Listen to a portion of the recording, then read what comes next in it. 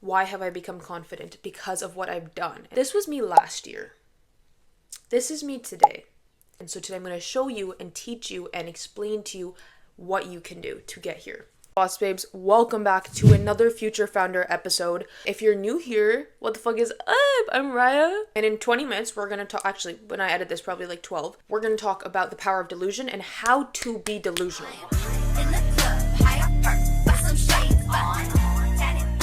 Let me start by saying I used to be the most fucking insecure kid ever. I would say subconsciously I still am, but I will never admit that to anybody I know, to anybody who's not close to me, to anybody that's close to me. Nobody will know other than my family what I'm thinking, what insecurity I have. Even my family does not need to know. Why? Because I reached a point in my life where I prioritize not giving those thoughts out. Why? Because it's not the energy I want to radiate at. Period. Point blank. Why have I become confident? Because of what I've done. And so today I'm going to show you and teach you and explain to you what you can do to get here. This was me last year. This is me today. What the fuck? How can you not be confident if you look like that? I'm sorry. How can you not? I used to be the most chopped kid out there, promise you. Fat, chopped. I was smart, but like fat and chopped. I was cringy because I'd make YouTube videos and shit, but like to hell with people who thought like that. I don't actually give a fuck. I had nothing going for me starting from elementary school. Like I was fat in elementary school. I liked this guy and he didn't give me a second thought. He danced with me out of pity at our grade 7 dance. Like it has taken me 10 years to get to where I am now. I'm 20 years old. I was the most fucking insecure 10-year-old, but I was also the most self-aware 10-year-old. When I was 10, I decided I wanted to lose weight. I was really sick of everybody comparing me to the girls who had abs in grade 5 and who had slim waists in bikinis, and I was sick of being told that my sister looks better and I shouldn't wear bikinis, and I wanted to feel good. I wanted to say fuck you. So I started losing weight. What was the first thing I did? I talked to my family, and my aunt, who's super into manifestation, got me a journal, and she said, if you want to start to lose weight, you're going to write in this journal every day 3 affirmations, and you're going to write those 3 affirmations 3 times each one, and you're going to say it out 3 times, and you're going to say, yes, I am, yes, I am, yes, I am. So I wrote, I am slim, I am slim, I am slim, yes, I am, yes, I am, yes, I am. I wrote that, and then I said it. I am fit, yes, I am. I love myself. That was always, the other 2 could be different, but the one that was the same was I love myself. Because regardless of the outcome, you want to love yourself at every step, and it's hard. I didn't love myself 3 months ago. I did not. I was not radiating at the energy I need to. Today, I love myself more than anything. And why? Because I've proved to myself that I can keep my promises to myself, that I can... Let's get into that. So what I'm saying is, I started with the journal as a 10-year-old kid, right? And that takes a different kind of like mindset, because even today, I don't like to journal every day. I do it 4 days out of the week. I'm trying to keep myself accountable to it, right? It takes a different kind of mindset. Then I got a trainer, so I started working out with him. Then I started controlling my diet. For example, like I wasn't going crazy. Like I wouldn't eat sweets if I went to a social event. I wouldn't, and I was 12, 10 to 12, like 13. 13 is when it clicked, the weight loss clicked after 3 years. But instead of having full fat Greek ranch, that was my favorite. I had Greek yogurt, 0%, and I put salt and pepper, and I had my cucumbers. I took food to school. I wouldn't eat when my friends eat. I joined Kilometer Club. Like, shit like that, I just did. Friends were like, you're crazy, just come eat, just do that. No. 13, I became skinny, super skinny. 14, got obsessed with anorexia. 6 to 16, lost my period. But I was so locked in on my workout. I know the physical aspects. I know the physically, period, gone.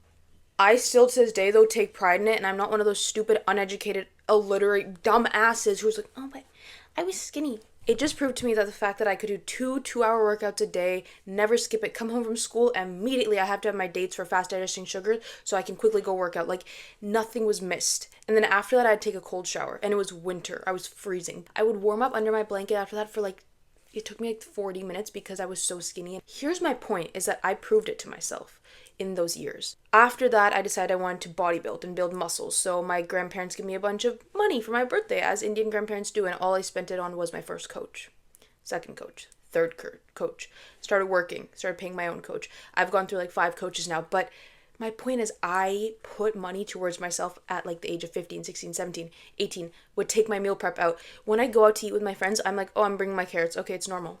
they don't bat an eye. Why? Because I built that reputation, because that's how I am. And I don't care if it's weird, I don't care what, because the sacrifice is either my humility and I eat out, or my sense of self and pride in myself, and then I don't eat out. You know what I'm saying? Like, I just, ooh, like, it feels so good to come home and be like, oh my God, thank God I don't regret it. Thank God I don't hate myself and I still had fun.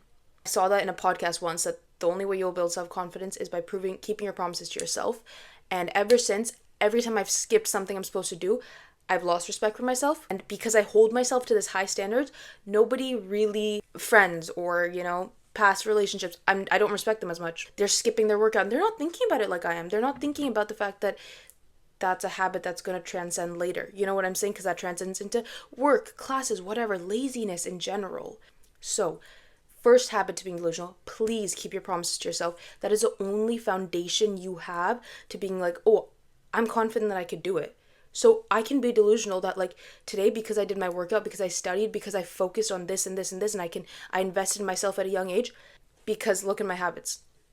You need to have proof. You need to have evidence. You need to know subconsciously that you can do it, and you can't just manifest it. I work hard and not do anything. No. Manifesting works when you radiate at that energy, when you do the fucking work. Number 2.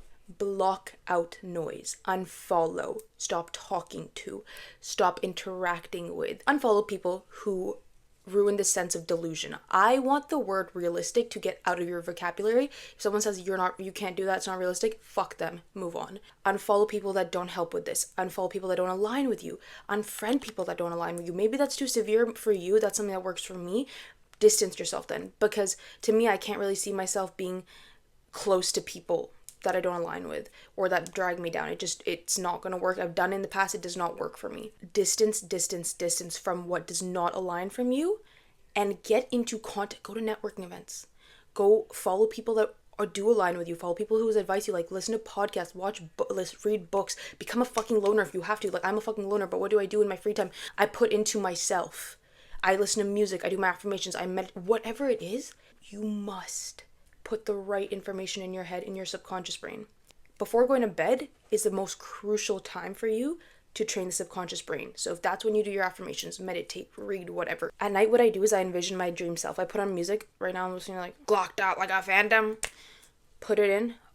Imagine myself driving that Lamborghini. But imagine myself driving that Lamborghini knowing that I had a case that I worked fucking hard on. Killed that case. Took me 6-7 months, but I killed it, and now I get to enjoy this. I don't just think, I'm so happy driving my Lamborghini. I feel the pain because I know as a lawyer you will feel that pain, but you will also reap the fucking rewards. You're gonna wake up in the morning, oh my God, that's who I am. That's who the fuck I am. And slowly, over time, not one day, not 2 days, not 2 weeks, not 2 months, but it will click, and that's who you will be. Number 3, negative thoughts. The reason I'm actually making this video is because I had negative thoughts this morning that I haven't had for like 2-3 weeks. I've been doing great. I've been having confidence. I mean, the baddest bitch. And all of a sudden, I'm like, man, I'm looking not that bad. Like, I'm looking, me. As soon as I thought like that, I said no out loud. Put my music in. Because I'm not letting those thoughts manifest. I am woman. I am fearless. Listen to Cardi B. Anything that hypes me the fuck up and puts me at the spot I'm supposed to be at. I used to be the type of girl who, like, if I hung out with my friends and I looked bad, guys, you look so bad. No, girl, you don't look. No, I do. I don't care if you think I look bad. I'm not going to say it out loud because I don't talk about myself like that. Dude, I used to be friends with people like that. Now, the friends that I have very little friends. But friends who are like, oh, this guy fucking said this to me. Does he know who the fuck I am? I don't give a fuck about that. I have priorities. I have a career to go for. I have this. Talk about yourself like you fucking own this world. Because you do. If you say bad thoughts out loud, it will manifest. And that's what we're avoiding. I want to keep this short, so that is where I'm going to wrap this up. But I'm going to end this by saying realistic should be out of your vocabulary this year, or the year that you decide to fucking change, because I was told so much last year that you're fucking unrealistic. I don't give a fuck. That's why I've attracted so many opportunities. I've worked for those opportunities. I radiate at a high energy, and the people that are for me have come to me in the last 3 weeks because of this fucking unrealistic mindset. Slowly, you stop thinking of it as delusion, and you start thinking of it as real life. Meditate. Watch girls who are like that. Read books that are like that, or just act like that. I constantly have my music in, and I'm like, fucking hell. Like, in my car, I'm like, yeah, I'm fucking him. Like, I don't give a fuck. That's who I want to be.